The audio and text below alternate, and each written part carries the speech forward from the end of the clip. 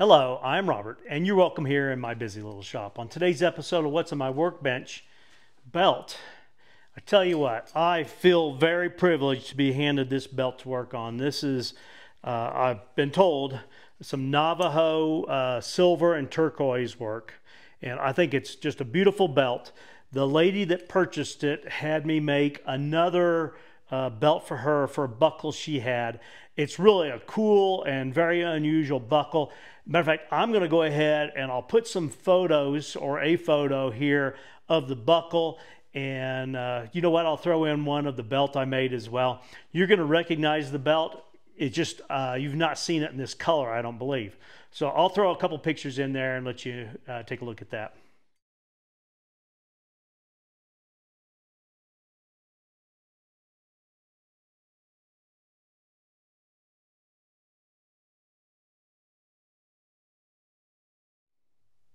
So what do you think? Is that an unusual buckle or what? I think it's really a cool buckle. It fits her family history to a T. And put a note in there and tell me what you think of that buckle and belt combination. I think it turned out really fabulous. But back to this. The same lady brought this to me. She was happy with the one that you just saw and entrusted me to making a belt to go with this. Now this is... you know, I'm not sure how you would call this. I guess to me it's a belt that you would wear maybe over a long shirt or over a dress or a sweater. It's narrow enough it could be put through loops on a belt, but I don't think that's how it's going to be used the majority of the time. But the lady purchased it, and the strap isn't long enough, and the strap, it really, I guess, you know, maybe you don't want to compete with the buckle, but we're going to make a tooled belt that will, I think, not take away from the buckle, but maybe accent that buckle as well. So let's get over here on the workbench, and I'll show you what I have in mind for this belt. I appreciate you taking time to be with me in the shop today. So I'm not sure in what order it'll come out. I'm working on several buckle belt combinations, some custom work here, and I think you'll have seen this or you'll see it again in the future. But I had a gentleman send me another buckle. I think it's fabulous. You've either seen it already and this is old news, or it's yet in the pipeline. But I made some samples of some different tooling to try to find something that would go with that gentleman's belt buckle, and I tell you, his belt buckle, it's beautiful as well. And so I was in the middle of doing that when this lady showed up, and what we decided was that she liked, you know, it's got some of the same shape here. She likes this one here. I had it in two sizes. We settled on the smaller one. I put a couple of little spots there. She likes that. It's a narrow strip. We've got a 3/4 inch strap here that we're working with, so the tooling is going to be fairly tight to the edges there, and I think it'll be beautiful when we're done. So let me set this belt aside and my samples. All right, to get started, I have cut a piece of this leather. I've used this leather a few times over the summer. This is the Vaqueta Leather from Montana Leather. It's a pre-dyed, comes in 6 colors, and I'm using obviously black today. And I cut a strip that's 3/4 of an inch wide, and now I just need to cut it to length. So let me get that measured and cut. All right, so now that I have this cut to length, I need to lay out and figure out my tooling pattern, because we're going to do some tooling on here. But you know, the more that I think about it, I should probably, I've got a couple pieces of scrap here I cut off. Why don't I set up, and I think we should do a little bit of testing of the pattern.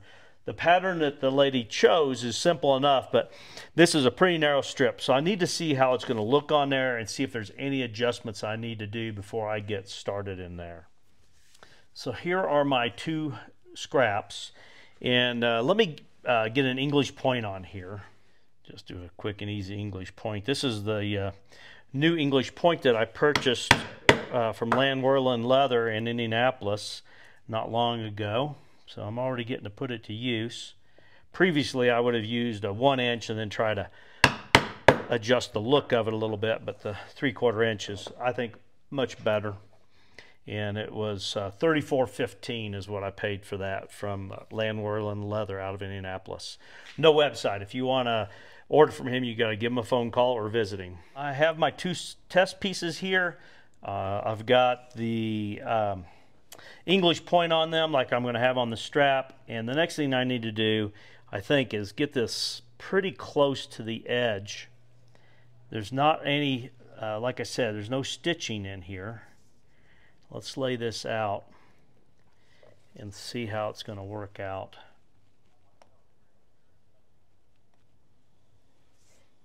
Got a pretty tight border on here, and I went ahead and created this English point because a lot of times I find it challenging to figure out how I want to change my tooling pattern when I get to the point. So I'm going to try it a couple different ways. One, I'm going to stay back from the point just a little bit here. The feature is going to have a little round spot that the lady had picked out. And I got to be careful that I don't drive this through, because it would cut pretty easily here. And I'm not even going to add any moisture. There's only 5 ounces of, or 5.5 ounces of leather here, and I need that probably to help keep from driving it through. And the other thing I can see here is I'm going to have to be really careful on how I go about setting up the next row. We're so close together that if this gets off, it's not going to look right, I don't think.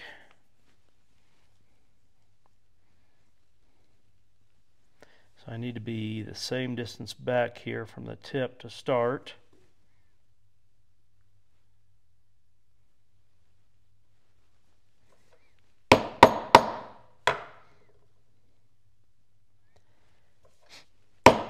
I'm trying to kind of go easy here so I don't drive through it. So here is the beginning of my test. Let me put a couple more on here. I think we're looking pretty good.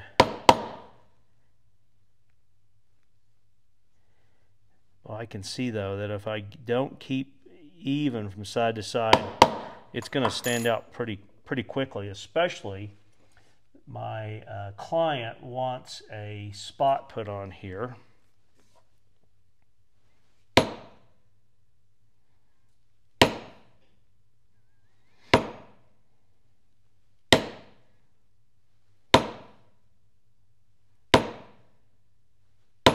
The first time I used one of these spot makers, I drove it right through. I was thinking it was going to take quite a bit of pressure, and it doesn't. So here we are. Yeah, I'm not so sure I'm a fan of having it at the point. Let's try this a different route. Let's try starting with the end of that in the point.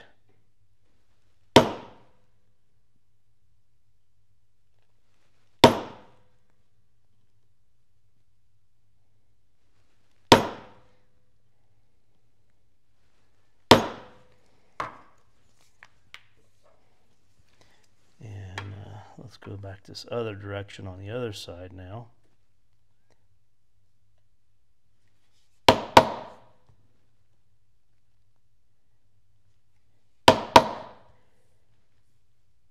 Boy, I can see it's going to be a little bit of a challenge here. I want to keep them kind of aligned with each other. I think when I do the belt, instead of the test piece, I might throw my square on there every once in a while and know which way I have to make an adjustment. I think that looks pretty good. Try to get the light better for you. I don't know. Do you like that? Or do you like that? I think I like this. All right. So I'll grab my other leather, and I think I'm going to just very lightly case it, and we'll get tooling on there, and I'll come back when I get started on the actual belt.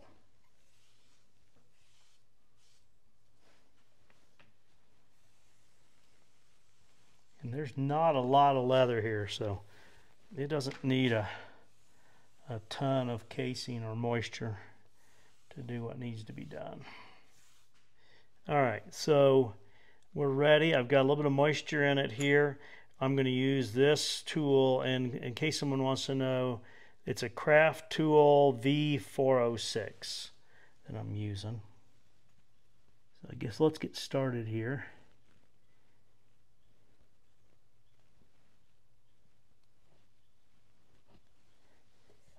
Think light. I don't want to get too deep of an impression here.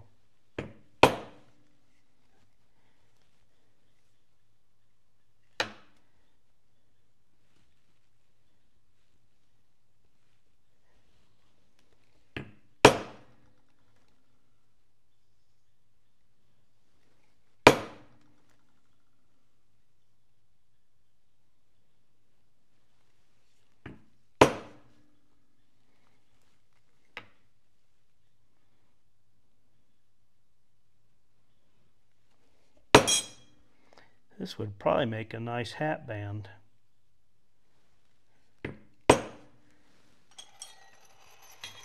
All right, I'm going to continue down this side, and when I get to the other end and I'm ready to start back at the tip, go the other direction, then I will return.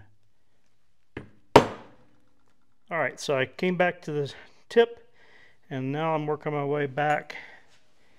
And I'll get down here a few, and I'll get up my square and see if I need to squeeze my pattern or stretch the pattern a little bit to make it work.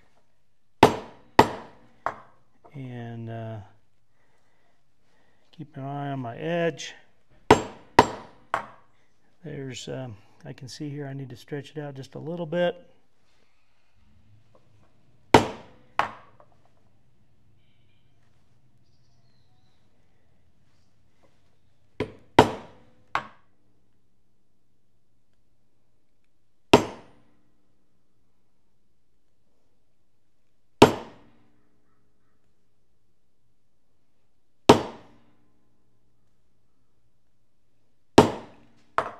All right, so I've got that first phase finished, the scallop along both edges. I'm going to use this cedar next, and you might be tempted to add moisture, but I don't think I'm going to. It's really, the first time I ever struck it on leather, I drove it right through the piece of leather. And so you have to kind of have a delicate touch so that you don't just make a hole instead of a detail.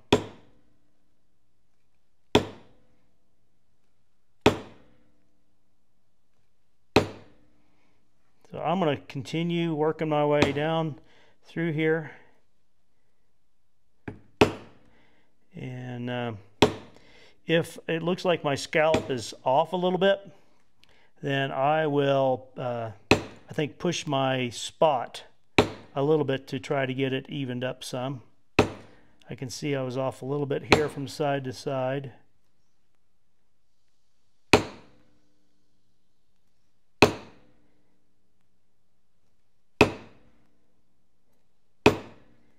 So I'll finish this up, and then I'll be back when I get towards the other end here and we're ready for the next phase.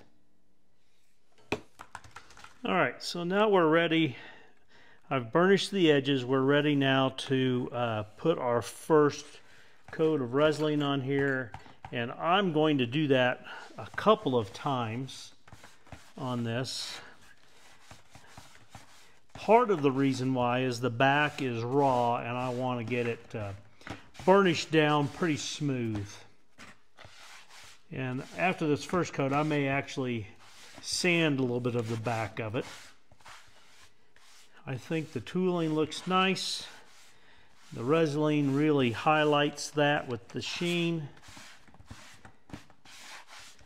And after this coat of resin dries, I'll probably sand the back a little bit to smooth it out, since this back is being left raw.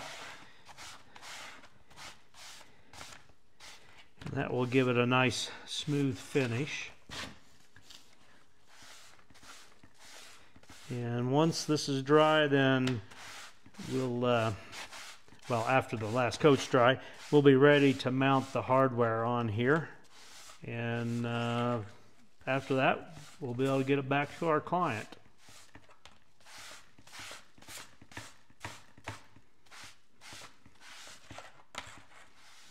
Well, there you go. I think it's looking really pretty nice. We'll be back here shortly. Okay, just now stringing these conchos back on here. It'll probably take a little futzing to get the spacing where we want them. I think it's really a pretty combination here. I'll see if I can get a little bit better lighting here to show the texture, or tooling I should say, on this belt. I do think that it came out really nice. Sally's gonna really like her belt. The last thing is to create the adjustment holes. And it's got really a small connecting point there.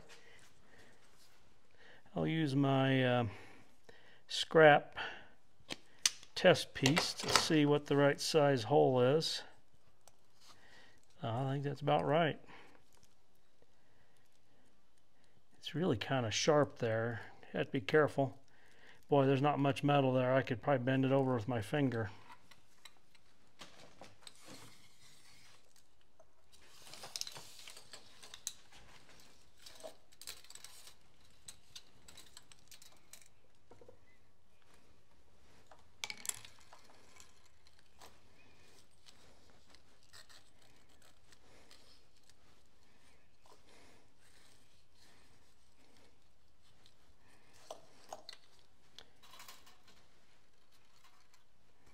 I think I'm going to do just 3/4 inch adjustment holes. Let me look.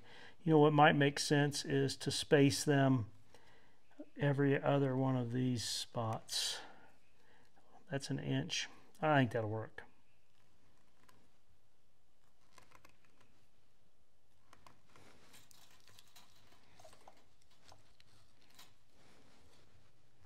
And this belt feeds through on the back side. I'll show you here when we're done.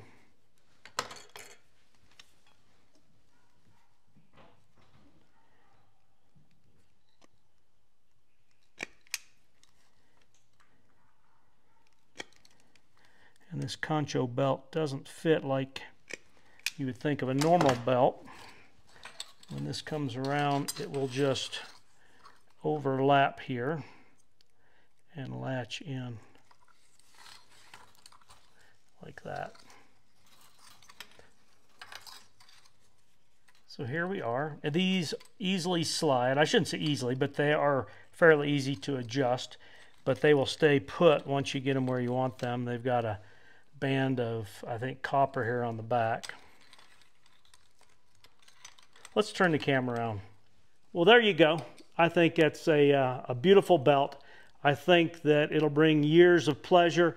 The tooling on here is just a simple way to dress up this leather strap. The other piece was, I think, some chrome tan leather. I don't understand why you make such beautiful jewelry and then put such a simple leather strap on there, but I do think that Sally's going to be happy with this and wear it for years to come. I hope you enjoy this short video. At least that's my intention, is to edit it down pretty short. Please like, share, and subscribe. But more importantly, I hope you have a great day.